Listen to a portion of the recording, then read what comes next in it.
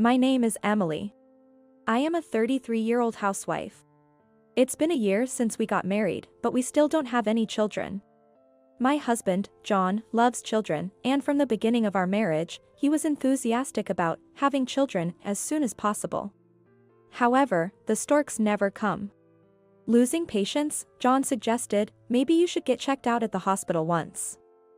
So, I went to see an OB/GYN.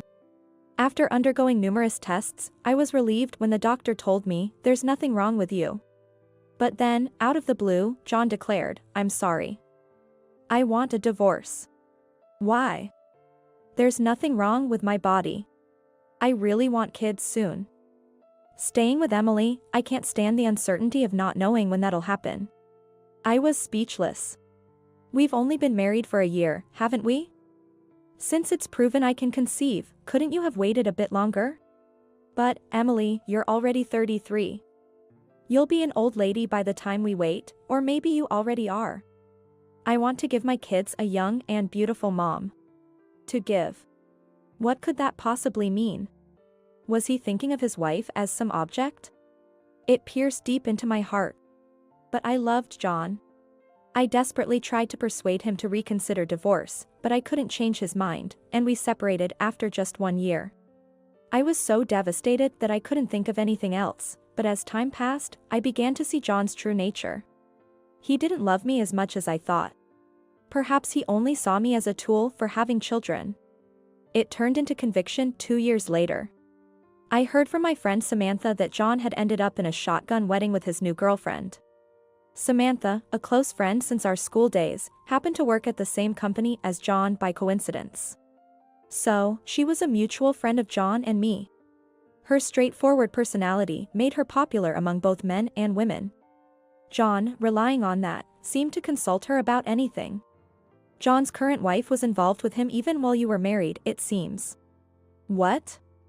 Does that mean he was cheating? Yes, he blamed the inability to have children on Emily and was conveniently playing around with another woman.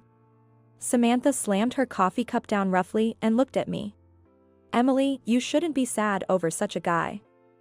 Find someone new. Encouraged by her, I finally managed to move on.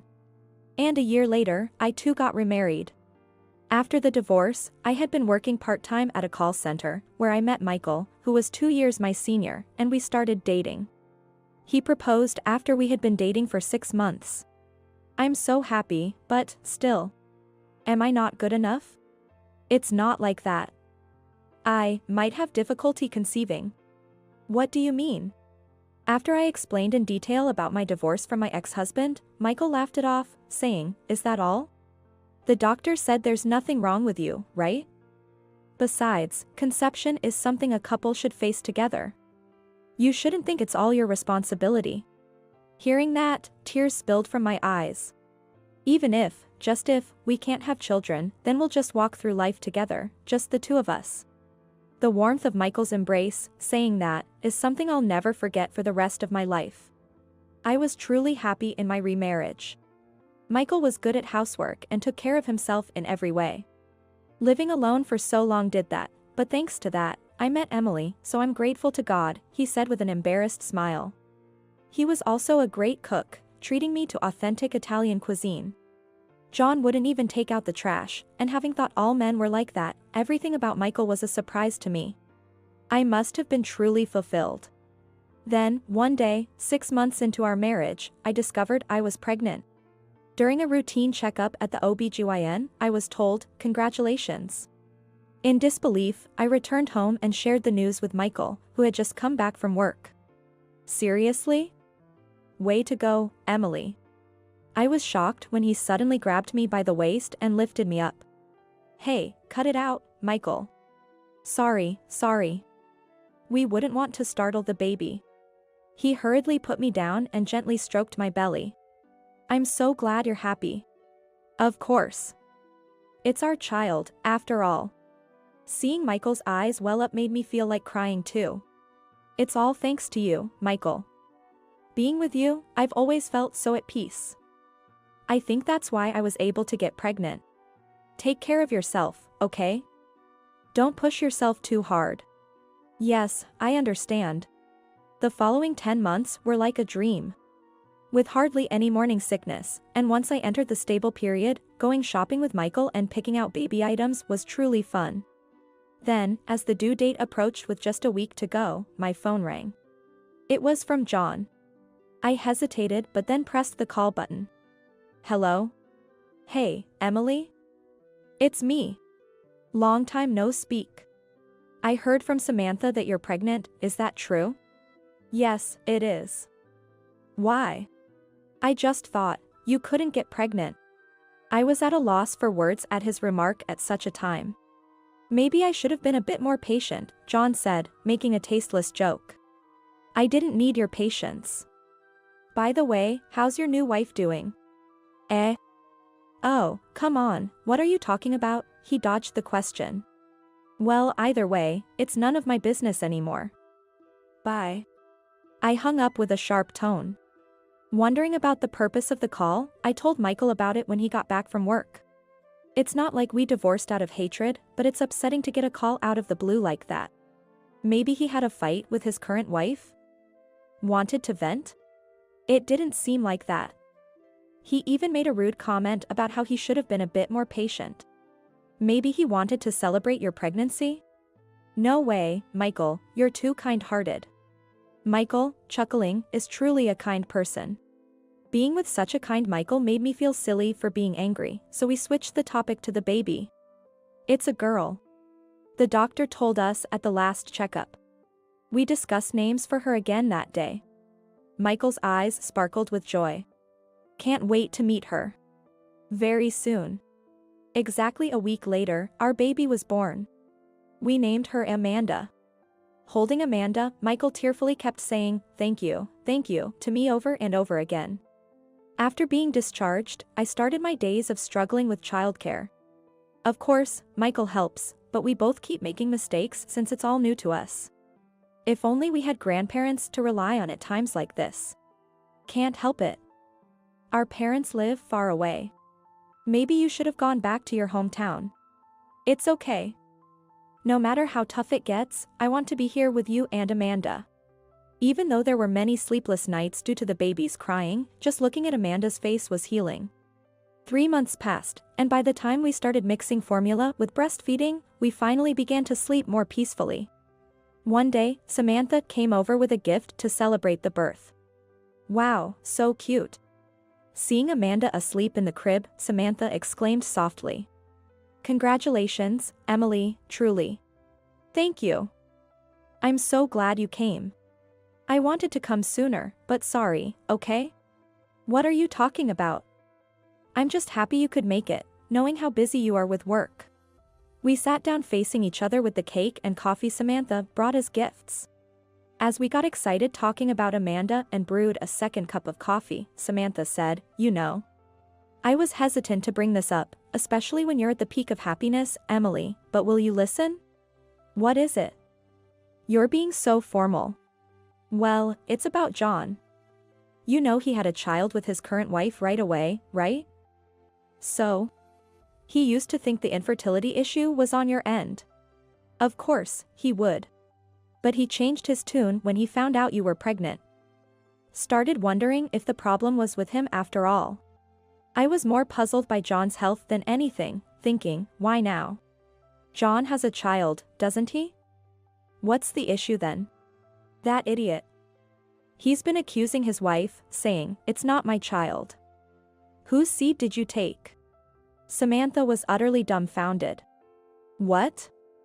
That's too much of a leap, even for him. I thought he was a real fool when he came to me with that. So, John was seriously troubled by this? Seems like it. Still, Samantha appeared to have consoled him. And guess what he said? Can't change a slut's ways. Can't trust anyone. Who's he to talk? It's astonishing how he can say such things without reflecting on himself.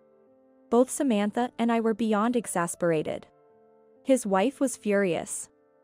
They had a huge fight, and she went back to her parents' house. As she should. He came whining to me, what should I do? But I yelled back, how should I know? Imagining John being scolded by Samantha made me laugh again. Anyway, that's the mess John's in. I'm worried he might say something unnecessary to you, Emily. It's fine. He's no longer related to me. Yes, but he's not in his right mind these days. Seeing Samantha genuinely concerned, I thought about how kind she truly is. I'll block John's number. Good idea. I'll tell him not to contact you too. Just then, we heard Amanda's cries as she woke up from her nap. I stood up and picked her up. Can I hold her too? Samantha reached out her arms. As we both comforted Amanda, John's matter completely faded from my mind. A month passed, and I was busy with the hectic days of childcare. There had been no contact from John. But then, unexpectedly, John's wife came to visit with their child. She said she got our address from her mother-in-law. I had informed the in-laws of our whereabouts just in case.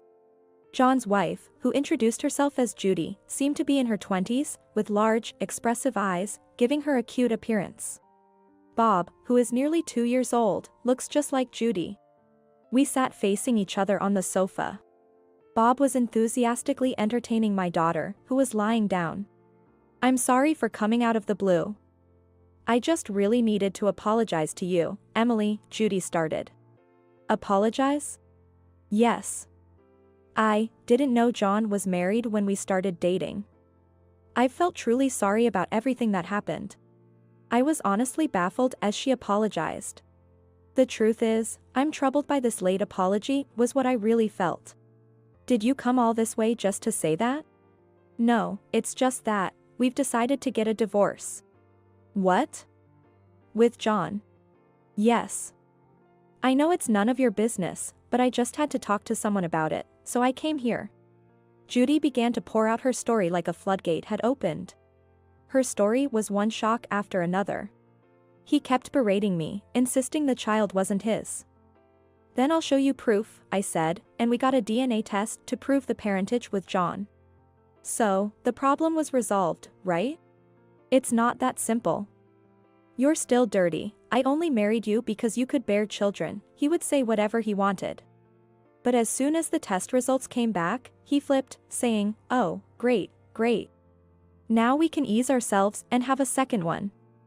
How could I forgive that? Judy was furious.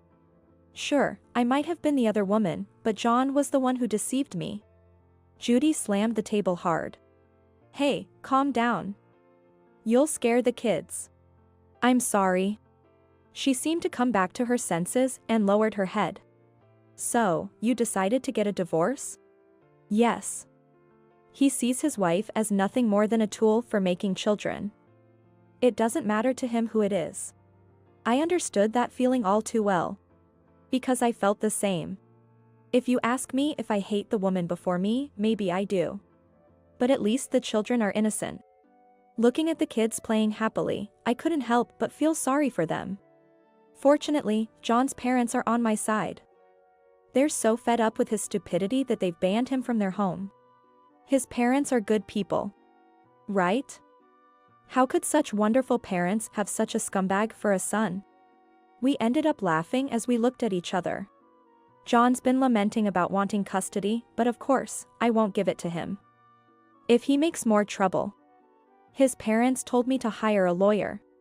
So, what will you do now, Judy? I'll go back to my parents' house and look for a job. Good luck. Thank you. I thought you, Emily, of all people, would understand how I feel. And I was worried that idiot might start trouble with you again.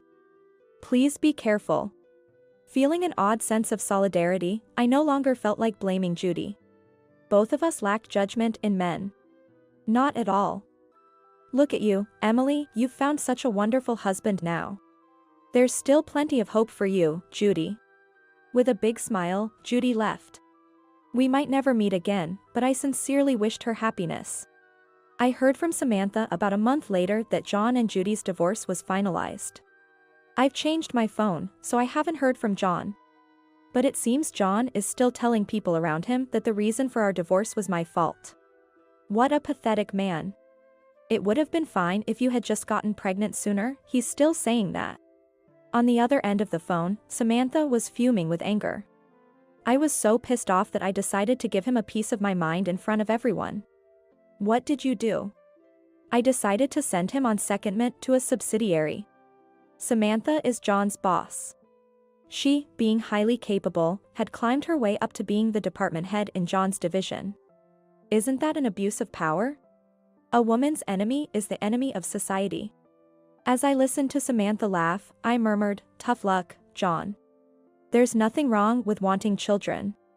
But men who only see women as tools for childbearing don't deserve to thrive in this world." Pitiful John, strictly dealt with by both his wife and boss, seems to continue his misogyny unabated. Even in his demoted position, he's making advances on women and getting what he deserves. Fools never learn unless they face the consequences. Maybe I should ask the King of Hell to snip off that part of him.